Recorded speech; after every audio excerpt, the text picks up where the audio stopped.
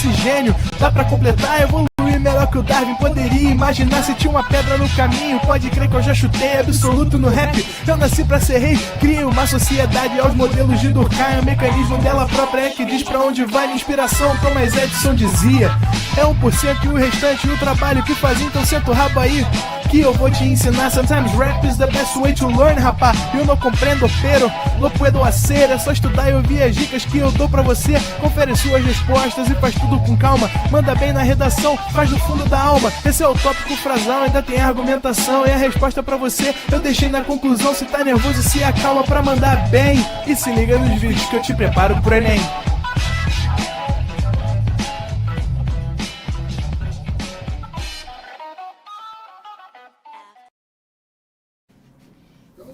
Estamos de volta. Salve galera do Pro Enem, pedindo bênçãos às entidades do tempo para falar com vocês hoje sobre a América no século XIX, ou seja, sobre o processo de independência da América Espanhola. Aqui, Renan, tá vendo isso aqui? Isso aqui é normal? Ou é para mim que tá aparecendo? Só pra você. Então tá beleza, então tá de boa. Então, pessoal, é o seguinte, vamos primeiro compreender que antes da América Espanhola fazer independência, a gente tem uma revolução importante que vai acontecer no meio da Revolução Francesa, que é a Revolução Haitiana, é isso mesmo. O Haiti é uma ilha e era uma colônia francesa de muito tempo e em 1789 nós temos a tomada da Bastilha, a derrubada da Bastilha e o início de um novo período na história da França. Então, em 1789, na França, já nasce a Declaração dos Direitos do Homem e do Cidadão, inaugurando ali um período de igualdade civil. Em 1791, então, nós vamos ter, pela primeira vez, uma tentativa de levante no Haiti por conta da população escrava. Era para ter sido o primeiro alerta para a França, porque o Haiti, cara, tinha 95% de população negra, 90% de escravos e 5% de população negra livre, e mais 2% de população mulata. Então, quer dizer, sobrava menos de 3% de brancos em uma, vou repetir, ilha. Pô, meu irmão, você tem 98% de população preta e 2% de população branca, se os 98% quiserem se rebelar contra os 2%, então, meu amigo, a França tem que ficar ligada. E já houve uma primeira tentativa com o Vicente Auger, que foi rapidamente reprimida. Mas em 1793, quando os jacobinos tomam o poder na França, eles vão abolir a escravidão.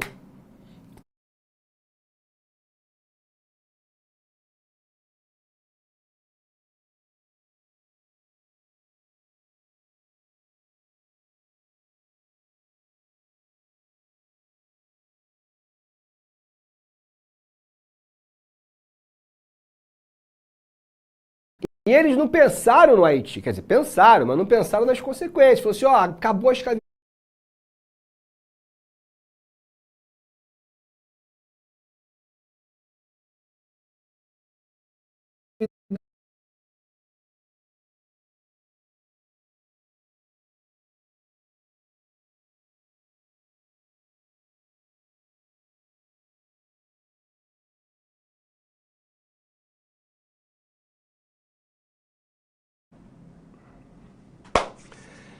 Voltando, pessoal, o Haiti, uma ilha, colônia da França, que tinha 95% de população negra, sendo 90% de população escrava. E a França, durante a Revolução, aboliu a escravidão. O que eu estava falando com vocês, tu acha que depois de 300 anos de escravidão, essa população escrava vai chegar para a família branca e falar assim, muito obrigado pela liberdade? Obrigado, eu vou esquecer que você me separou do meu filho, que você assassinou meu pai, que você escravizou minha mãe, que você me escravizou. Claro que não, né, gente? Então, simplesmente, 95% da população negra vai para cima dos 2% da população branca. E o que acontece é um massacre. É um massacre. E aí o ódio era tão, como é que eu posso dizer, fervoroso naquele momento, que muitas dessas famílias brancas francesas vão ser empaladas. Para quem não sabe, o empalamento foi uma coisa inventada pelo Conde Drácula, ele existiu na Romênia, e consiste na arte de você amarrar seu inimigo com as duas mãos para trás, os dois pés amarrados. Aí você coloca o cara de conchinha pelado. Se ele tem 1,75 m, você pega um bambu de 2,5 m. O primeiro metro do bambu você bota bem fininho, que é para introduzir pelo ânus do cara. E aí você vai enfiando, tirando dos órgãos vitais, porque a ideia é não matar. E aí quando finalmente entrou, aí você pega o martelo e até que o bambu vai saindo. Quando chegou aqui, os caras puxavam, meu irmão. A pressão interna às vezes era tão sinistra que o olho saía. Aí o tipo não estourava, mas a pessoa não morre. E aí os caras levantavam e o maluco ficava com aquele troço atravessado, bambu na cumbuca, né, cara? E aí, e ficava, meu irmão, até morrer por dias. Sinistra a violência. O fato é que o líder foi um cara chamado Louverture, um cara que aprendeu a ler sozinho e vai acabar morrendo numa covardia grande de Napoleão Bonaparte, que convida ele para fazer uma conversa e desrespeita a trégua que ele mesmo propôs por achar que era um general negro. Se fosse um general branco, ele não teria feito a mesma coisa. Dessalines continua a luta e o Haiti consegue a sua independência, matando a população branca, e é o primeiro país, depois dos Estados Unidos, a conseguir a sua independência. Então, uma coisa muito importante, galera, após a independência do Haiti, surge um fantasma na América chamado de haitianismo. O que é esse fantasma? É uma influência de novas revoluções escravas que podem acontecer. Então, por exemplo, a galera da Bahia, a população baiana na época, mais de 74% era de população negra, os brancos da Bahia começam a ficar como? Preocupados, né? Com a sua cumbuca também. Porque qualquer lugar que tenha muito escravo, o haitianismo está ali influenciando a possíveis novas revoluções negras, se ligaram? Mas vamos lá. Então essa é a América Francesa, a independência aconteceu, a América Inglesa eu vou falar com vocês na semana que vem, e agora eu vou falar sobre a independência da América Espanhola, beleza? Que é Colômbia, Venezuela, Peru, Equador, Chile, Bolívia, Paraguai, Uruguai, Argentina e para cima também, Panamá, Guatemala, Costa Rica, Nicarágua, México. Enfim, galera, vamos entender o seguinte. A Espanha era para ter sido a maior potência do mundo por todos os tempos. Porque a quantidade de ouro de prata que ela arrancou da América é algo assim incalculável. Mas a Espanha nunca foi boa de guerra. E em todas as guerras que ela se meteu na Idade Moderna, praticamente todas ela perdeu. E ela vai ficando cada vez mais fraca, cada vez mais fraca. Não é à toa que em 1750 ela praticamente deu milhões e milhões de hectares de terra para Portugal.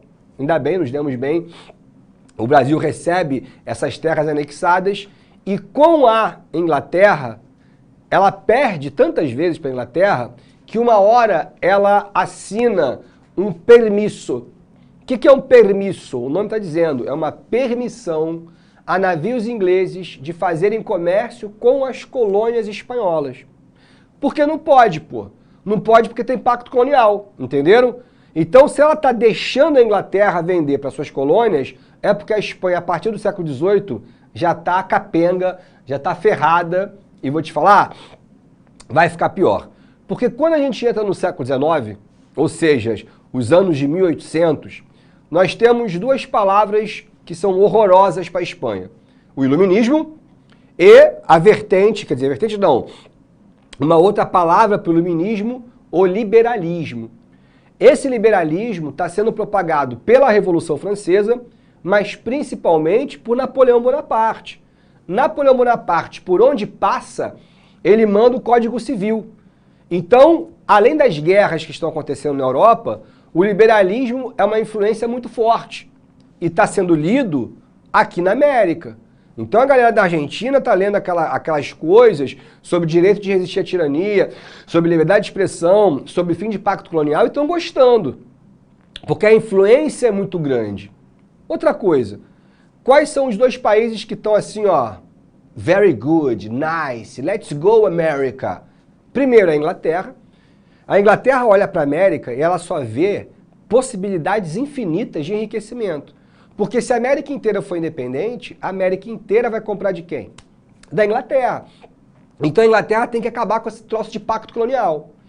E o segundo país, que ainda não está poderoso, porque está resolvendo problemas internos, é os Estados Unidos. Mas logo no começo do século XIX, o presidente James Monroe lança uma doutrina que leva o seu próprio nome, doutrina Monroe, onde ele diz, América para os americanos, ok? E mesmo que os americanos sussurrassem baixinho, América para os norte-americanos. Mas é claro que qualquer processo de independência tem uma puta influência dos Estados Unidos e também tem apoio dos americanos. Ou seja, era o momento certo para a América gritar liberdade. Era o momento certo para você proclamar esse processo de independência. Em 1808, no ano que a família real vem para o Brasil, a França invade a Espanha e derruba o rei da Espanha, chamado Fernando VII. O Napoleão Bonaparte era um cara tão maluco da cabeça que ele não só derruba o rei da Espanha, como ele coloca um outro rei no lugar dele. E era o irmão do Napoleão, o José Bonaparte, foi coroado como o rei da Espanha. Ou seja, de 1808 até 1815, a Espanha é governada por um francês. Tu acha que a América Espanhola vai responder a um rei francês? Claro que não. Então, durante todo esse tempo, quem está sustentando a América Espanhola é a Inglaterra. Inclusive com tráfico negreiro. Porque vocês sabem que a Inglaterra, daqui a pouco, ela não quer mais a escravidão. Mas é bom lembrar que a Inglaterra ela também traficou muito negro, principalmente para a América Espanhola. Então, a derrubada desse rei da Espanha favorece ainda mais essa América Espanhola, que ela sente o gostinho de quê? De liberdade, né? Sentiu o gostinho da autonomia. Quando o rei da Espanha volta, porque Napoleão vai ser derrotado, ele quer voltar com a colonização, ele quer voltar com o pacto colonial. E aí é tarde demais. Então, pessoal, vamos dar uma olhadinha aqui comigo, ó. Quais são os fatores gerais para a independência? Influência do iluminismo / liberalismo, a Revolução Americana e Haitiana, domínio napoleônico sobre a Península Ibérica, é quando Dom João mete o pé e a Espanha tem o seu rei deposto. A Inglaterra busca ampliar seu mercado de consumidores, então ela apoia, os americanos também. Liderança crioula. Quem são os crioulos? Já falei com vocês. É a elite branca dos caras que são descendentes de espanhóis, mas que já são da América. Eles não são mais espanhóis. É o senhor de engenho, é o dono do cafezal, é o minerador, é a elite que quer fazer comércio com quem eles quiserem. É a elite que fala, eu não quero mais o pacto colonial. Então, liderança crioula é o nome dos senhores de engenho da América Espanhola. São latifundiários brancos que querem a liberdade. Beleza? E aí é o seguinte, nós temos dois caras importantes. San Martín, argentino. Esse aqui é o brabo. E o nome dele é Simão Bolívar. Eu vou até dar um gole d'água para te contar a história dele.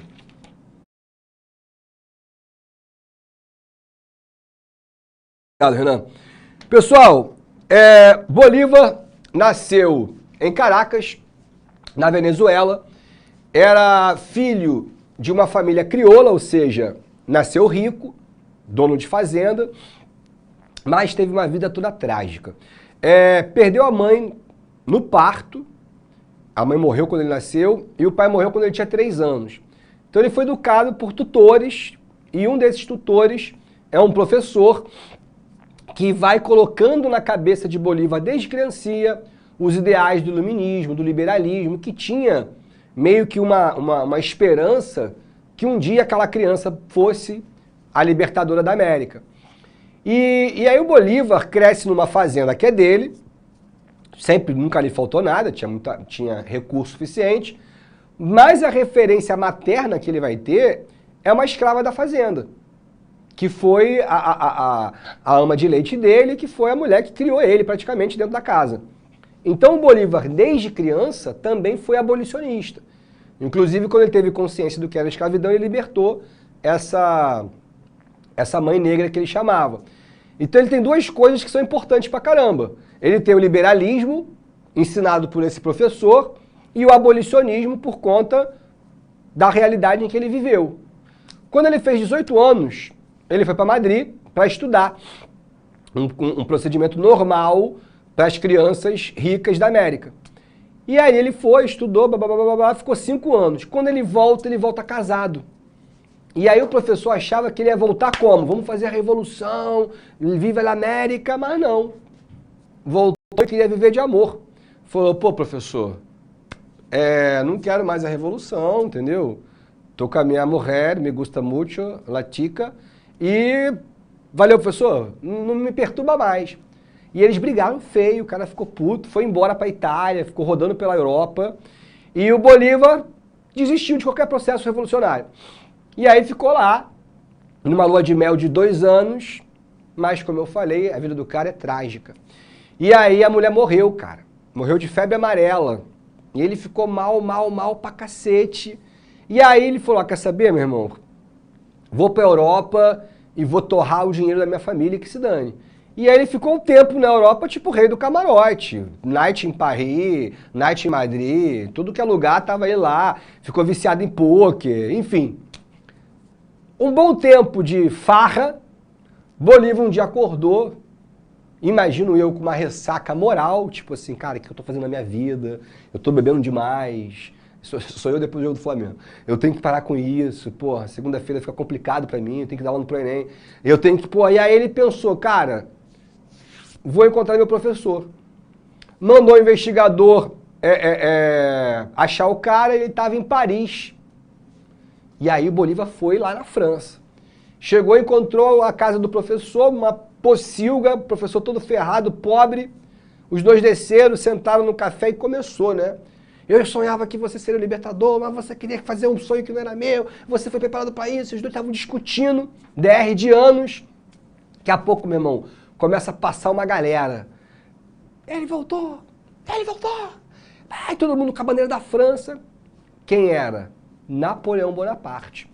Voltando da gloriosa vitória de Austerlitz. O professor olhou pro Bolívar, Bolívar olhou e falou, vamos também. E aí foram lá ver o cara. E aí viram Napoleão, pá, em cima do cavalo, marchando, fazendo um discurso em frente ao Arco do Triunfo, que ele mandou construir. E aí os dois ficaram olhando, e aí o professor olhou e falou assim, essa poderia ser a sua história, Bolívar. Você poderia ser o libertador da América. Mas ao invés disso, prefere virar um cafetão rico da Europa. E aí o Bolívar falou, não, professor, eu vou libertar minha terra. E aí começa a organizar a revolução. Primeira coisa que Bolívar precisa é de grana. Então ele começa a juntar dinheiro, pegar dinheiro com a galera que está da América, a galera da Venezuela, a galera da Colômbia, que estão ligados que ele está organizando. E aí um dia ele estava jogando pôquer, na disciplina, chegou um cara altão, branco, de cartola, ricaço, com relógio de ouro, pô, pegou a bengala, sentou, good night, sir, todo mundo good night, please, me deu as fichas e começou a jogar, teve uma hora que ele começou a apostar para Bolívar, Bolívar apostando com ele, e ele postou mais com o Bolívar, ele falou assim, olha só, Bolívar, eu quero saber se você tem fome, se você realmente quer a victory. E ele falou assim, o que é? Que passa? Que queres? Que tens aí? Ele falou, eu tenho, pá, gold. I have gold. E aí botou, meu irmão, um saquinho só de dobrão, tipo, valia milhões. Bolívar regalou o olho, e aí o cara falou, do you have fear? Você tem medo, hein? E ele falou, Bolívar não tem nem medo de nada. E aí pegou as fichas da casa, fez um empréstimo e pagou, meu irmão. Bolívar tinha um par de rei na mão. O maluco não tinha nada. Bolívar levantou e falou assim, que passa? Não sabe jogar o jogo? Como pode apostar tudo? E o inglês levantou, botou a cartola e falou assim, Bolívar, my friend, de onde veio esse money? Virá muito mais. Goodbye, my friend. Ou seja, a Inglaterra repassou dinheiro pro Bolívar em mesa de pôquer, cara. A Inglaterra quer que ele faça independência. Só que ela não pode, botar a cara, né? E aí o Bolívar contratou um mercenário inglês, um almirante que lutou com George Washington, cacete A4, volta para a América, monta um exército e começa a Primeira Guerra de Independência. E a guerra foi passando e não tinha vitória. E aí começa a aparecer outros caras importantes, né? Como o Sucre, o Manin, galera que também está ajudando o Bolívar. Só que o general que ele contratou era safado, estava traindo a América Espanhola e estava aceitando dinheiro da Espanha. E aí no final o cara fugiu e aí a ideia da independência morreu e Bolívar sumiu, cara. Bolívar sumiu. Passam-se alguns anos e descobriram que ele estava na Jamaica, colônia britânica, então ali está protegido. E na Jamaica, não sei o que ele fumou lá, meu irmão, mas ele teve um sonho. Ele falou, pô, brother, imagina, toda a América Espanhola together, juntas. Porra, irado. E aí ele escreve Cartas à Jamaica, isso já caiu na UERJ, né? É isso aí, pessoal. Orégano jamaicano, e ele falou, pô, ia ser lindo, brother, todo mundo junto, imagina, lá da Patagônia até o México, bro. E aí ele lança essa Carta da Jamaica e é a primeira vez que ele começa a pensar no que a gente vai chamar de pan-americanismo, entenderam a ideia? Mas já vamos falar sobre isso daqui a pouco. E aí, cara, começa a surgir notícias de um exército que está vindo do Panamá, que é um exército feito por indígenas, feito por negros quilombolas e também por uma elite colonial crioula, ou seja, era Bolívar de novo.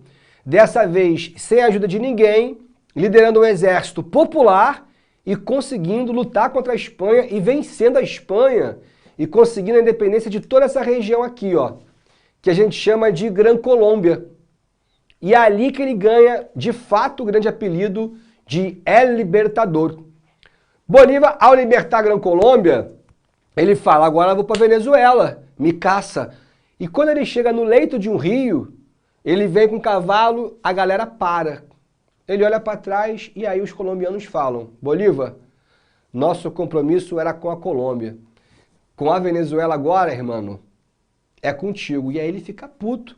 Aí o Bolívar vai, faz um discurso grandão e termina, sigam-me aqueles que não lutam pela liberdade da América, desculpa, que não lutam pela liberdade da Colômbia, nem pela Venezuela, nem pelo Peru, mas que lutam pela América. Viva a América! Todo mundo, viva a América! E ele, pá, vai pelo rio e a galera vai atrás. Uma galera do colombiana ficou. Mas tu já começa a perceber o seguinte, o cara da Gran Colômbia, ele se sente colombiano. E ele sabe que a galera da Venezuela é venezuelana. Então, por mais que eles sejam católicos, tenham o mesmo passado colonial, tenham uma história muito semelhante, existem diferenças internas, beleza? Mas o Bolívar vai para a Venezuela com a galera e a parada comendo, revolução aberta. Lá no sul, me aparece esse senhor aqui, chamado San Martín. E aí o San Martín falou, mano, se o Bolívar tá lutando no norte, eu vou lutar no sul. E ele começa a libertar a província de Buenos Aires, e depois ele liberta a Argentina e começa a promover a independência da parte sul. Bolívar achirado, fala, pô, San Martín, é isso aí, meu irmão, vamos libertar geral, tu no sul, eu no norte, vamos embora. Só tinha um problema. O Bolívar é republicano. Ele queria proclamar repúblicas em toda a América. Enquanto San Martín é um monarquista. Então ele queria fazer na América Espanhola o que aconteceu no Brasil. O monarca português assumiu. Ele queria que famílias espanholas nobres assumissem como reinos da América. E isso é um problema, porque o Bolívar não acredita nisso. Ele não quer nada europeu. Ele quer governo dos americanos. E ele precisa do apoio de Martim para libertar essa região principalmente, do Peru e da Bolívia. Então os dois marcam um encontro. E esse encontro acontece bem aqui, em Guayaquil. Foi uma longa conversa de 3 horas, onde Bolívar e San Martín conversaram bastante, e ao final San Martín falou o seguinte, estou convencido que o modelo republicano de Bolívar é o melhor para a América. Argentinos, na lucha pela liberdade da América. E foi assim que San Martín, então, entrega suas tropas a Bolívar e se junta a esse projeto republicano. E eu vou contar uma fofoca para vocês. Ano passado, estávamos eu e Leandrinho, professor de geografia de vocês, em Guayaquil. E aí saímos do estádio, pô, Mengão campeão, em cima do Atlético Paranaense que a gente perdeu ontem, né? Mas não importa. E aí, cara, a gente feliz pra caramba, eu e o Leandrinho aqui abraçado, né? Cheio de suco de laranja na cabeça. E aí, por onde a gente passava, tinha uma foto do monumento desses dois, apertando as mãos, que é um monumento famoso em Guayaquil. E aí o Leandrinho olhou assim, aí ele falou, porra, Otto, tu sabe quem são esses dois aí? Tudo que é lugar, porra, foto desses dois. Eu falei, sei, pô. Esse é o San Martín, argentino, e o Simão Bolívar, venezuelano. Aí ele parou e falou assim, tá, mas o que tem a ver? Por que o Bolívar e o San Martín estão aí o tempo inteiro, toda hora, em tudo que é poste? Porra, Leandrinho, porque eles são os Libertadores da América. O Flamengo foi campeão, aí o Leandrinho... Mentira! Caraca, por isso que é Libertadores da... Leandrinho, por isso são os Libertadores da América. A gente está aqui fazendo história num lugar que se fez história. Aí ele falou, porra, aí o Leandrinho ficou assim enlouquecido, meu irmão. Porque às vezes a galera não se liga, vocês estavam ligados? Que a Libertadores da América é em homenagem aos Libertadores da América? Pois é. E aí os dois se juntaram, desceram a cordilheira, no meio do caminho o Bolívar encontra um exército à paisana, sem farda, chegou lá para os caras, quem é você? Os caras falaram assim, my name is William, sir. Era o exército inglês, sem farda, para não entregar, tá ligado? E aí a porrada comeu no Peru, e finalmente aí Sucre vai para Bolívia, e a América Espanhola inteira consegue fazer a sua independência. Bacana, legal, todo mundo feliz. Em 1826, o Bolívar, então, marcou uma reunião geral no Panamá, bem aqui, no chamado Congresso do Panamá. E foi aí que o Bolívar lançou essa ideia que ele teve fumando orégano jamaicano. O pan-americanismo, isso é importante, galera, anota aí. Então, o que foi o pan-americanismo? Bolívar sugeriu uma tentativa de fazer um único país que fosse do México até a Argentina. Todos os lugares aonde se fala espanhol seria um país. Ou seja, excluiríamos ali as Guianas, o Brasil e a América do Norte. Todo o resto seria um único Estado nacional. Esse era o sonho fantástico de Simão Bolívar. Bom, quais são os grandes problemas para o pan-americanismo acontecer? Primeiro, realidades completamente diferentes. Por mais que eles sejam católicos e falem espanhol, meu irmão, o mexicano não tem nada a ver com o argentino. O uruguaio não tem nada a ver com o panamenho. Então é muito difícil você querer juntar toda essa galera num único estado. Segundo, a Inglaterra vai rir da cara do Bolívar. A Inglaterra não apoiou a independência de uma superpotência que vai nascer. Exército gigantesco, marinha gigantesca, recursos inesgotáveis, é um negócio assim incomparável, não é? Então a Inglaterra, obviamente, vai lançar uma oposição ferrenha, não vai aceitar isso. Assim como a Inglaterra e os Estados Unidos. Imagina, os americanos vão fazer fronteira com esse monstro. E por fim, que é o mais triste, mas é a realidade, os próprios crioulos. Essa elite da América Espanhola fala, pô, meu irmão, eu mando aqui. Aqui no Uruguai, eu e mais 4, 5 famílias, a gente que manda. Agora, se a gente se unificar todo mundo, a capital vai ser aonde? Não vai ser em Montevidéu. Eu não aceito que seja em Buenos Aires. Também não vou querer que seja em Assunção. Muito menos, porra, se for em Caracas. Então, assim, essa elite crioula agora muda de nome. Eles são chamados agora de caudilhos. Caudilho, vai ter esse nome, eu vou te mostrar esse nome daqui a pouco. Então, o caudilismo ele é muito parecido com o nosso coronel. O caudilismo é a mesma coisa que o coronelismo. são homens muito ricos e muito poderosos em uma realidade local. Então, dentro desse local, esses homens mandam no governo. Então, a galera do Uruguai fala, pô, Bolívar, não quero não, muito obrigado, nasce Uruguai. A galera da Argentina fala, pô, Bolívar, também não tô nessa não, nasce a Argentina. E Chile, Bolívia, Paraguai. Então, a grande parada vai ser a fragmentação territorial da América Espanhola. Então, anotem aí, diferenças da América Espanhola para a América Portuguesa. Primeiro, a independência da América Espanhola foi revolucionária, da América Portuguesa foi relativamente pacífica. Quando eu falo América Portuguesa, eu estou falando do Brasil, tá? Segundo ponto, teve participação popular. No Brasil não houve participação popular. Terceiro ponto, proclamaram repúblicas. No Brasil foi uma monarquia. Quarto ponto, geral aboliu a escravidão. O Brasil não aboliu a escravidão. Então, galera, fica sempre ligada com essas diferenças entre os dois lados. Aqui, olha o sonho do Bolívar. E aí o Congresso e a fragmentação territorial. Bom, essa questão, o caudilismo, galera, dá uma olhadinha, tá? E aí, sobre esse imperialismo americano que vai acontecer, política do Big Chic, é uma coisa que eu vou te falar mais pra frente, sobre essa política externa americana. Então, por hoje é só, pessoal. Ah, não, rapidinho, ó, só alguns monumentos. Esse aqui no Uruguai. Esse aqui é o Gaspar de Francês, esse cara é muito brabo, primeiro presidente do Paraguai. Esse aqui é o Bolívar, na Colômbia, em frente ao Ministério da Justiça. Esse aqui é a Venezuela, também é o Bolívar. Esse aqui é na Argentina, é o San Martín. O Chile, eu quero mostrar para vocês o monumento do Equador, que o Leandrinho ficou indignado. Não é esse, é os dois aqui, esse aqui, ó, de Guayaquil, tá vendo?